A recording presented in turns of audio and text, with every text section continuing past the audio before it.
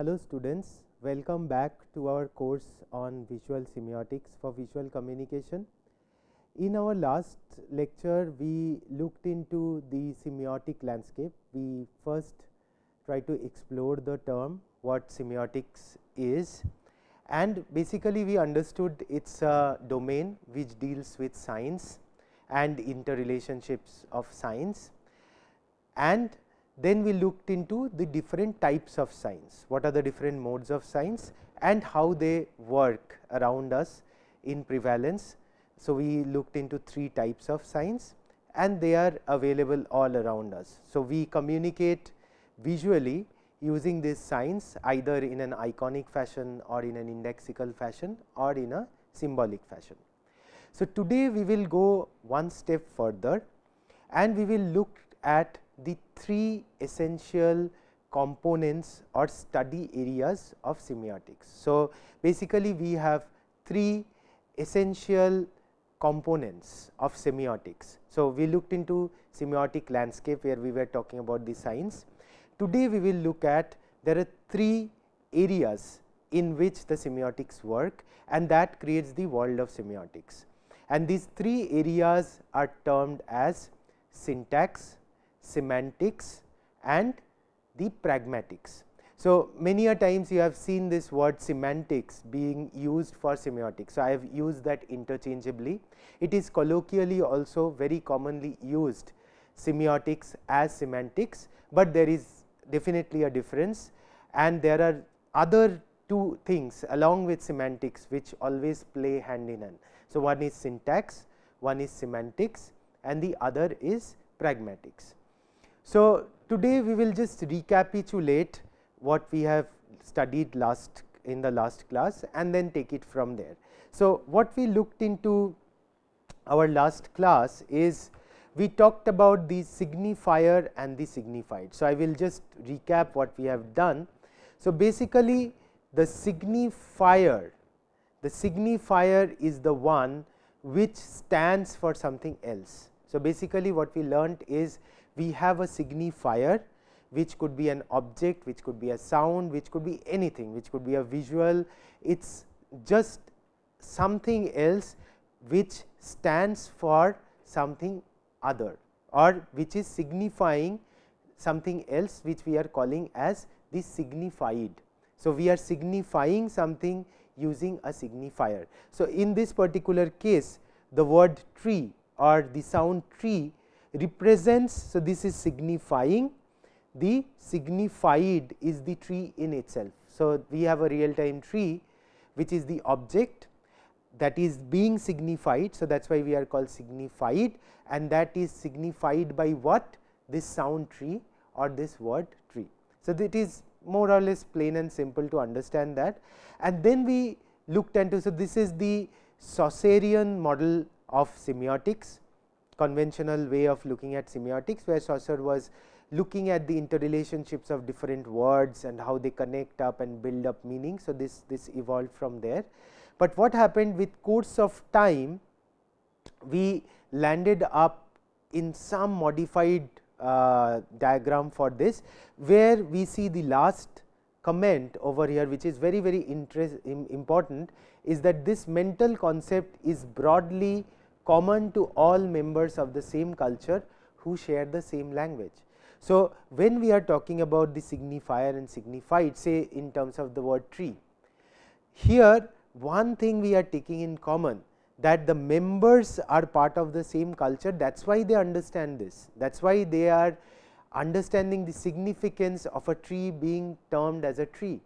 So, there comes a concept of the interpretant. So, apart from the signifier, initially classically if we look at, there was a lot of emphasis given on the signifier and the signified, but what we see here, another important aspect came into picture is the involvement of the person who is interpreting that, okay, and that led to the next diagrammatic representation, which is the object, of course. So, there is of course an object which is involved, there is a signifier or the sign which is required, and then there is an interpretant. So, and they are connected by the three expressions which are the interpretant has a knowledge of the object. Obviously, you need to have a knowledge of the object, or then the object is being represented by the sign in some fashion, and this sign has an expression. This sign has an expression either in terms of sound or in terms of some kind of visual which is image, or in terms of some kind of script which is writing. So, it has some kind of expression which again comes back to the interpretant, and the interpretant looks at it and makes some judgment out of it, makes some meaning out of it. So, this is what is happening in the semiotic landscape that we have talked about. Why we are talking about it today again is from here now we move on to the next step of understanding what syntax is, what semantics is, and what pragmatics is. Now, in very short, if we look at the three words, you have syntax, you have semantics, and you have pragmatics. So, we have these three terminologies or three areas which form the semiotics. So, semiotics always involves these three areas of studies. Okay. So, syntax in short, if we look at what are the three things, always remember this as a thumb rule, that syntax is something related to form. Okay. Syntax is something which is related to form. So, syntax is related to form, semantics is related to meaning, and pragmatics is related to use or user or usage. So, I recapitulate again. Syntax, when we talk about semiotics, when we are talking about science and application of science, it works in threefold fashion. So, the first aspect of it is the form itself, or we talked about the expression of the sign. So, there has to be a form, there has to be a structure, a physical presence of the signs. So, this is what is known as syntax. Then of course, just having a form is not enough, as you understand. Having a form is not enough, you have to associate some meaning with it. So, this meaning association, whenever we associate some meaning with the sign, that is called semantics. So, the whole discipline or domain area of study which involves association of meaning is semantics. That is why we are many a times using it interchangeably for semiotics, is that semiotics is a sign is concerned with sign, and the meaning association is concerned with semantics. That is why they are used interchangeably. And the third one, which is pragmatics, as the name suggests, it is related to pragmatism, it is related to usage, it is related to the user. So, they also play an important role in this diagram. When we talk about this diagram, all of the three things play an important role over here. So, now putting it together, how we are putting it together. So, according to Saucer, we were only looking at the signifier and the signified, but according to Peirce, we add one more aspect to it, which is the interpretant objects aspect. So, we have the object, we have the sign vehicle. Many a times you will encounter this word where they are explaining it as a sign vehicle. This is nothing but the representation or the sign itself or the signifier.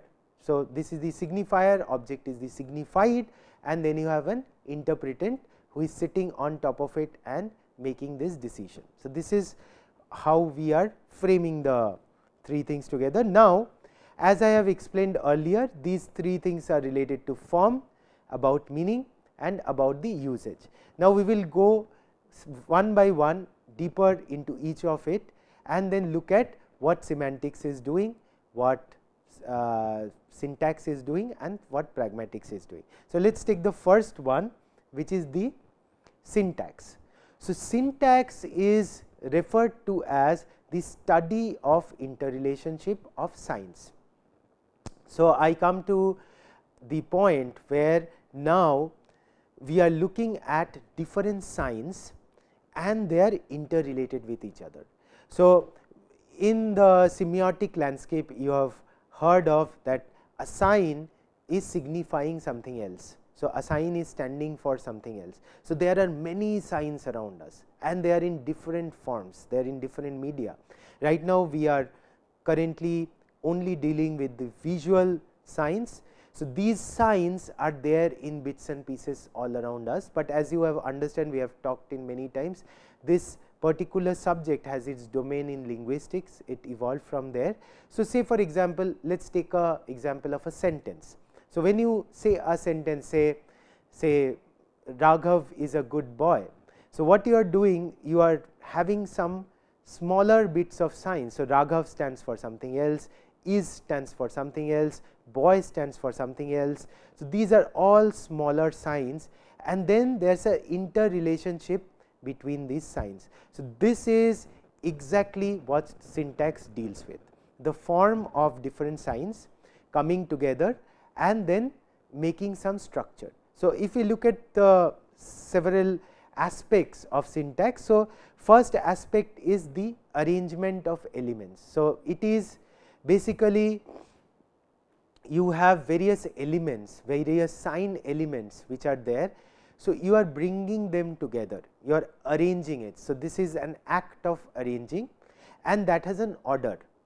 So, a change in order many a times will create a disruption in the form. So, if I say Raghav is a good boy, there is a particular order of arranging these signs or arranging these elements.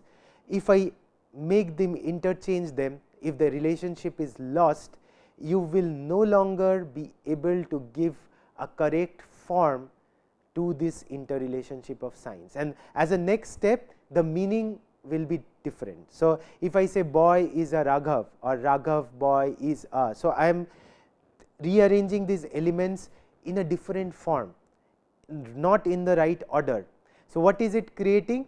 You are unable, you are finding it difficult to understand the meaning. Why? Because the form itself is not correct. So, that creates the formation of grammar.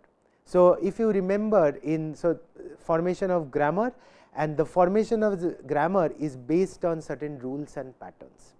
So, if you remember in our very first class or in our introductory session, we talked about that visual understanding or visual communication is as much part as a grammar itself. It also needs a structure, it also needs a learning, it needs an understanding. So, it also has a grammar in place. There is an arrangement of elements, there is order of placing these elements, there are set patterns or rules for doing it. If that is not done, the meaning conveyance will be faulty or the form would be faulty. So, if there is an error in syntax, we call it syntactic error or syntaxical error. You have heard of this term when you were learning grammar as language, you have heard of syntaxical error, where you are interchanging or the form is not correct. So, that is the grammar part of it and it is rule driven. As you understand, it is rule driven and there could be few errors associated with it. The errors are many a time based on lack of proper arrangement. So, the kind of error we get is the lack of arrangement. So, I have already given you an example where I have interchanged the elements and orders and we have seen that there was a error coming out of that, right. So, it is so similarly in a visual arrangement, if you have not segregated or correctly put the forms together, say you are designing a poster and in the poster the main topic is written in a smaller typeface or font size and say the date, say the venue of that place is written in a bigger arrangement. So, there is a syntaxical error over here, the arrangement is not correct, the order is not correct. So, there is a lack of arrangement over here, there is a sense of error owing to the order and placement how you are doing. So, this is an example how you might land up in an error when you are visually designing it. So, there are various aspects of designing. We talked about balance. So, we talked about the principles of design, we have talked about elements of design. In our forthcoming classes, we will talk about few more principles related to this. So, many a times when we are unable to arrange these things properly, we may land up in a syntax error. Another kind of error which we encounter in this kind of scenario is the lack of interrelationship. So, how we are trying to establish interrelationship between different elements. So, in terms of language, it is more or less pretty simple and it is straightforward in terms of how it has to be arranged. In case of spoken language or abstract language, we have a set of rules where you know how to arrange words or phrases together to make a meaningful understanding, but that has to be learnt very precisely when it comes for a visual composition or a visual communication that you are designing. There you have lot of different element and they always will have an interrelationship with each other. So, if I have three graphics, say I have a flower, I have a sun and I have a text written over here. So, these three will always have an interrelationship between each other, and how you are arranging that in your figure and ground relationship. So, you will have a background, you will have a foreground, you will have these three elements and they will create an arrangement. So, if the interrelationship, if the flower is not interrelated with the sun and the text that you are writing, there could be a lack of syntax and that may create some kind of disruption in understanding of the meaning. So, this will be very clear as soon as we start talking about semantics. So, if you look at the screen, we are talking about the semantic now. What the semantic deals with is the study of relationship between the signs and the object to which they apply. Okay. So, if you look at this particular diagram, here we have the interpretant and there we have the representation. So, the object is being represented by a particular sign object or by a sign or by a signifier. So, the object is represented by a signifier and the interpretant is looking at this representation. So, now if this representation is not understood by the interpretant in the correct fashion, there will be a mismatch. So, I will go back to the previous slide which I have missed out. Here if you see, the syntax acts in this domain where we have a representation or the signifier over here or the sign, and that sign has an expression which the interpretant is interpreting. So, basically here the structure of this representation is very important. So, the interpretant is looking at the representation, is looking at the structure of this representation, the interrelationship of different signs together, they all making one sense, and this expression is being observed by the interpretant. So, this is what is creating the syntax. Whereas, if we look at the semantics now, what is happening here, the emphasis is more on the representation, how that object, how the thing which is being signified is being represented by the signifier, and not only that, it is not about how that is being represented, definitely it is important, but how the interpretant is making a judgment out of it, is making the meaning out of it, and that is only possible when we look at the interrelationship between the sign and the object. So, we have, imagine we have the image, we have the real tree, and you are representing a real tree by an image, by a graphic. Say for example, there is a real tree. I am just having a very bad sketch over here. Say this is a real tree that you have got, and this is being signified by this, for example. So, I am representing. So, this is becoming my sign language for this. And if I now ask you what kind of sign is this, probably this is an iconic sign. So, here it is.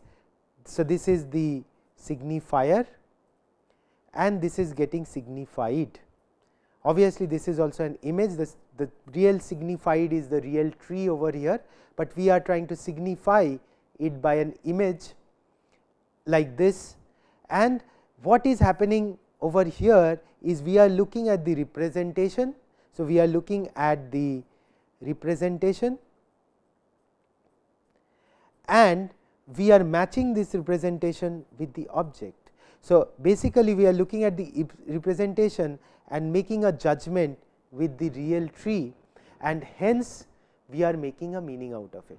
So, if this sign was beyond recognition, you are unable to make a meaning out of it, there will be a break in communication.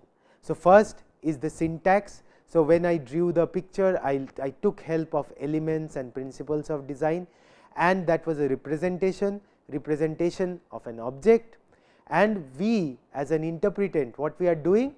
We are analyzing the relationship between this object and the representation or the signifier, and hence we try to make a meaning out of it. So, now let us look at some of the important key aspects to this. So, in this case the representation is very, very important. As you understand, how we are representing the signifier is of utmost importance to that. And very important thing for us to understand is this representation is taking help of certain signs, and this sign is conveying the information or conveying message about my real object.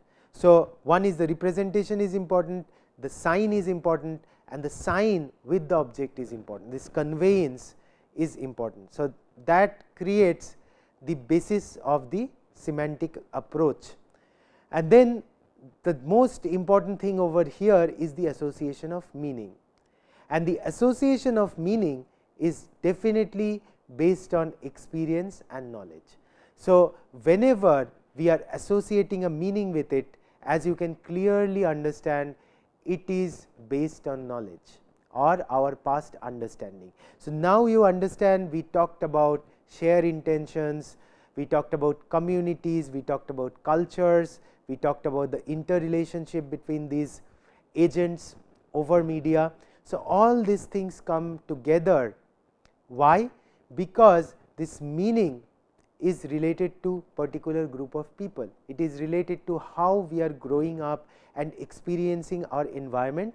One is the environment and one is the culture in which we observe and rationalize our being. So, this is a very, very crucial aspect where we are trying to understand how we make meaning of anything that we encounter. We are vehicles, we are agents who are dependent on sign language for anything we do, for our communication, for any kind of interactions which is happening, for our social structure, for everything for that matter. We are relying on signs and interrelationships of signs, objects, people, agents again. So, all of these together comes into being and is creating meaning. So, the meaning of the world that you have is based on nothing but these three things coming together. So, now we look at some of the errors which are possible. So, the possible errors which could encounter because of in the semantic domain is lack of knowledge, and the other error is based on expression.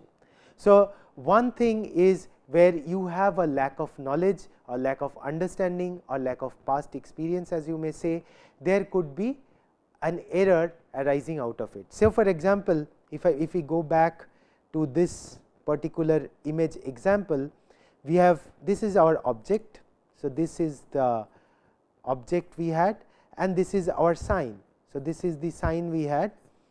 So, now if we see, the possible error could be if I really do not have this knowledge of the object, and so one is we really do not know how a tree works, what a tree is, A tree has a canopy, has a stem and is connected to the soil. So, if I do not have a proper knowledge of this, say I am showing this to a person who has never seen a tree or belongs to a place which is very arid, it is in a desert or in a Arctic region, it is in Antarctica or Arctic region, he has never seen a tree, he does not have sufficient knowledge to make meaning out of it, he will make a different meaning out of it. So, there is an error which will involve over here. So, that is one kind of error. Another kind of error which is possible is related to the representation itself, where I am representing tree in this fashion, but the representation is not correct. So, as a designer we have to be very careful about these two aspects. One, whether we are involving sufficient knowledge of people and then doing the representation, and the other, if the representation itself is correct, and if there is a gap between this, what we encounter is known as a semantic gap or a semantic distance. So, many a times we encounter in an error which is the semantic distance. So, the meaning that you are associating with this particular sign is of greater gap, the distance between them is huge.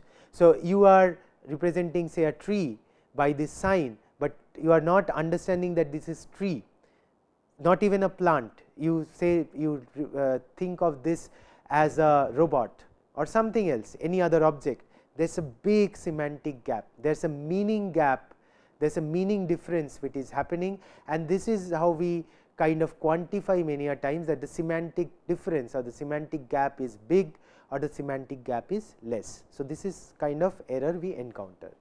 Now, we look at the third aspect of semiotics, which is the pragmatics aspect, and the pragmatic is looking at the relationship between the sign system as a whole and the user. So, if you look at this, the interpretant is there, the object is there, the representation is there or the signifier is there, and the observant is looking at the representation, looking at the expression and having the knowledge is making an interpretation of this, but pragmatics look at all of it together.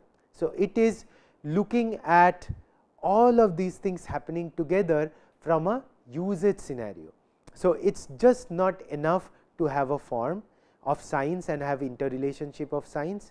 It is not enough to have the knowledge and understanding of the interpretant and look at this and interpret it, but another very crucial aspect which comes in semiotics is about its usage, how we are using it, what is the aspect of usage, what is the relevance in our society, that together creates the whole understanding of semiotics or the sign system. So, the sign system is working in an ecology, in a society, in an environment where it works, otherwise that sign system will not work, it does not have any significance, there is no signifier and signified in that. So, that is working in an usage scenario and that has to be taken into account. So, what are the crucial aspects to it? So, this is definitely based on usage and the meaning in action. So, basically this relates to something which you see in action.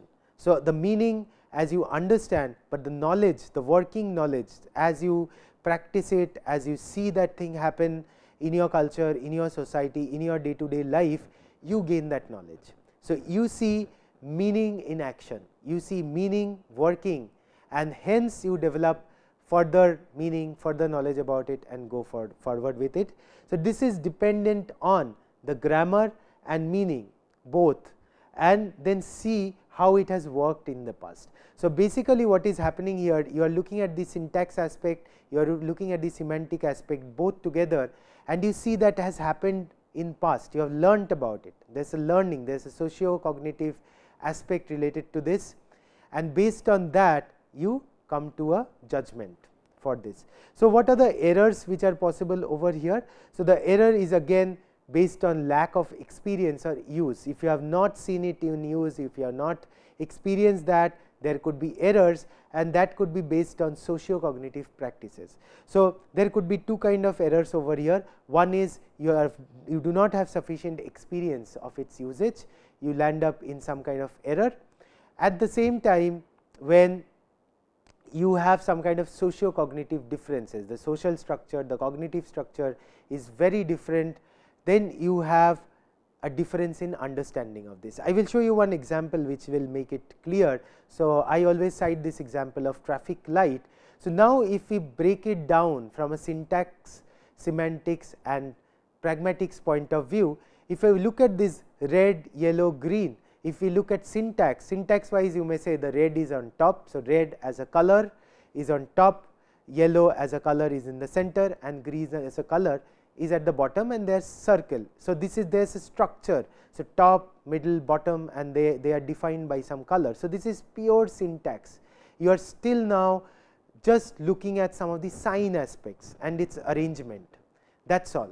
But then comes the meaning, then comes your knowledge, and then comes your object with which you start relating this. So, you relate this with a traffic light, and you immediately start making a meaning. Oh, the red is for stop, the amber is to get ready, and the green is to forgo.